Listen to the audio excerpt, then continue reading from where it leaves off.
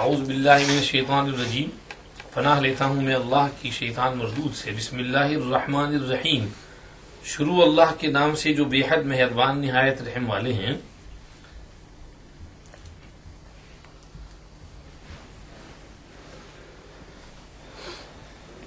या दाऊद इन्ना जअलनाका खलीफतन फिल अर्दि फहकुम बैनन नास बिल हक़ वला तत्तबिअल हवा फयुदिल्लका अन सबीलिल्लाह इन्नल्लज़ीना यज़िल्लूना अन सबीलिल्लाह लहुम अज़ाबुन शदीदुन बिमा नसू यौमल हिसाब।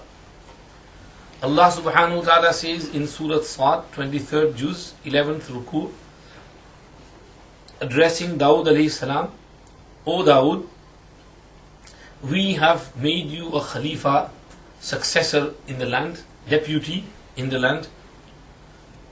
So judge between people with the truth and do not follow your desires, otherwise your desires will lead you astray from the path of Allah. Surely those who are led astray who stray from the path of Allah, for them will be severe punishment because they forgot the bima nasu yawm al-hisab, the day of reckoning, the day of hisab. Allah subhanahu wa ta'ala is telling us in this ayat that we should never follow our own whimsical desires.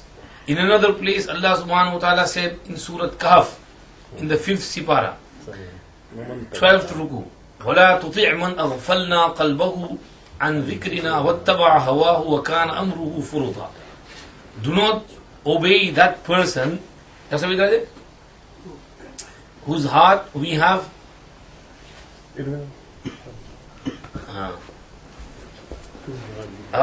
put into ghaflat and neglect from our dhikr and remembrance, and who is following his desire and whose matter has exceeded the limits.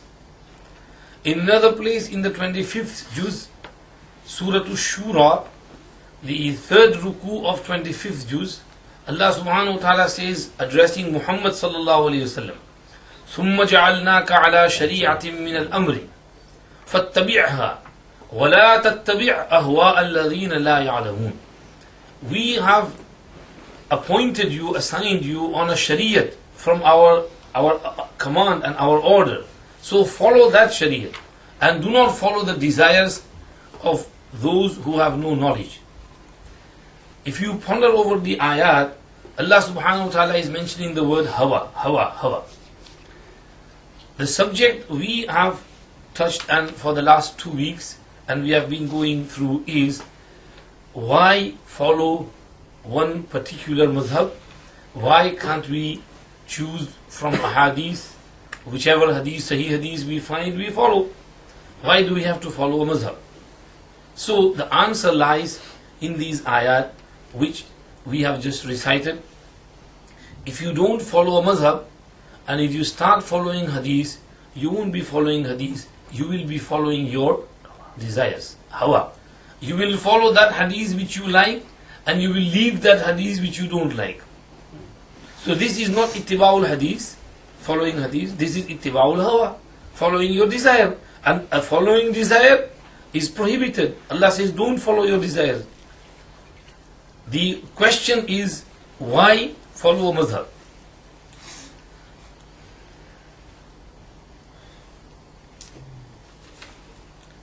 As we mentioned before, we can counter this question by saying, why should we not follow madhab? And we will say, if we give the general public the green light to go into Quran and Hadith and deduce the rulings directly from the Quran and Hadith, while they lack basic knowledge of Arabic language, let alone knowledge of the dozens or more Islamic sciences which are necessary in order to understand the subtleties of the Holy Quran and Ahadith, then the disastrous consequence of such attempts has been witnessed before and in our times as well. People, when trying to follow Hadith, they have followed their own desires, not the Hadith. For example, not understanding Hadith, we mentioned the misal that one muhaddis, he had his field and he would not let his water pass through to his neighbor. When he was asked, he said, well, it's in the hadith, Man kana yu'minu billahi wal yawmil akhir fala yasqiyanna ma'ahu zar'a ghayri. Whosoever believes in Allah and the final day should not water with his water the field of another person.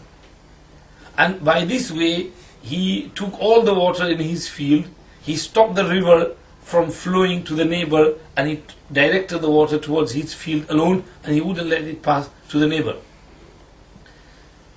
Somehow he was taken to someone who explained the hadith to him that it's not taken into the literal meaning. The meaning of this hadith is that a person should not have sexual intercourse with a woman who is pregnant by another person.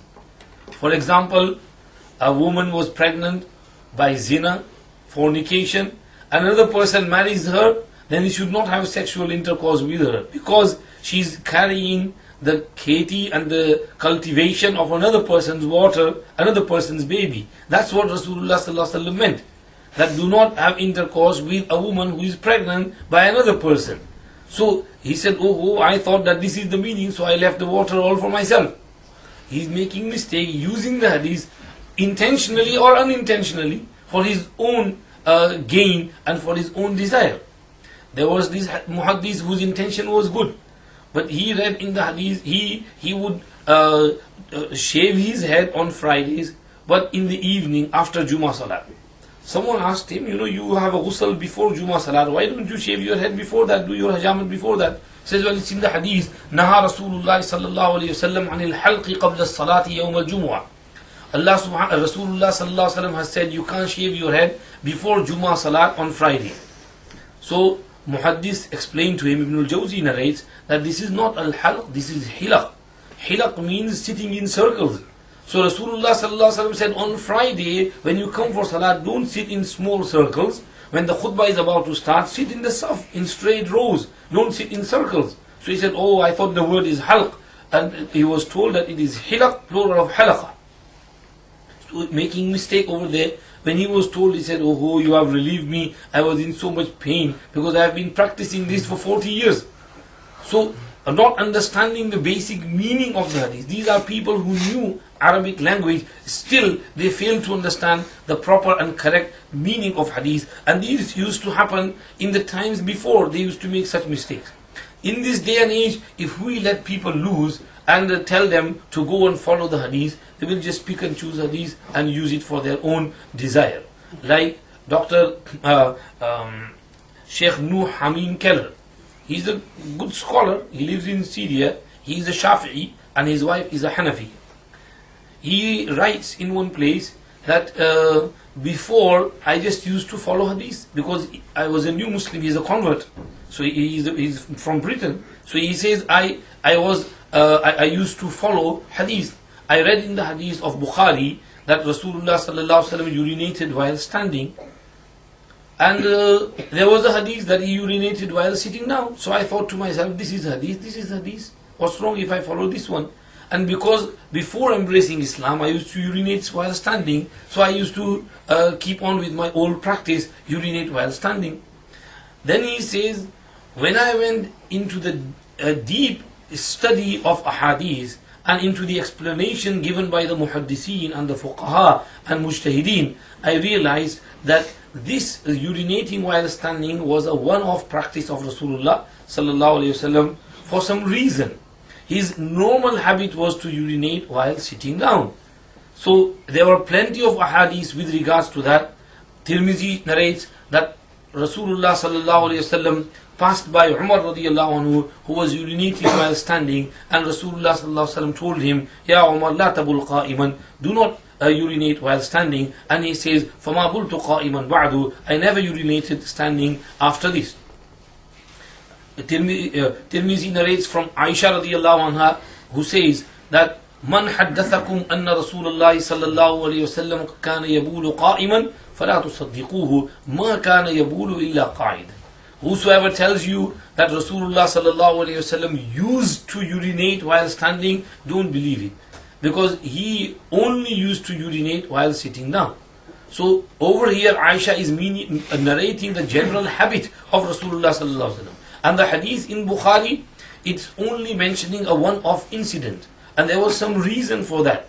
Maybe Rasulullah sallallahu alaihi wasallam wanted to say it's a permissibility, that it's permissible, legal if there is a need. For example, you can't find a space to sit, or you're on a journey, you're in a public toilet at the airport or at the station, and the toilet is dirty, you can't sit down, your clothes will get najis and impure. So in that condition you can stand up and you can urinate. But under normal circumstances, when you are home, you should sit down. Sitting down is the correct sunnah and posture of Rasulullah sallallahu alaihi wasallam. So he says that it is then that I understood that I must urinate while sitting down. And then I understood that I was not following the hadith, I was following my own desire. What I liked, I picked and chose, and what I liked, I followed. What I didn't like, I discarded. So I trained myself to sit down and urinate. So this is what happens, that you use the hadith for your own purpose. And I mentioned it at some place, these types of people in this day and age. In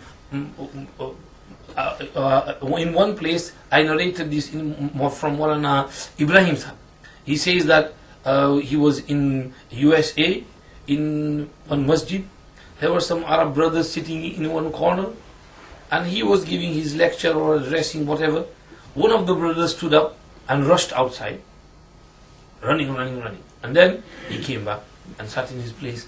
So Maulana Ibrahim asked the person that, what did he do? Why did he rush outside and come back in so quickly?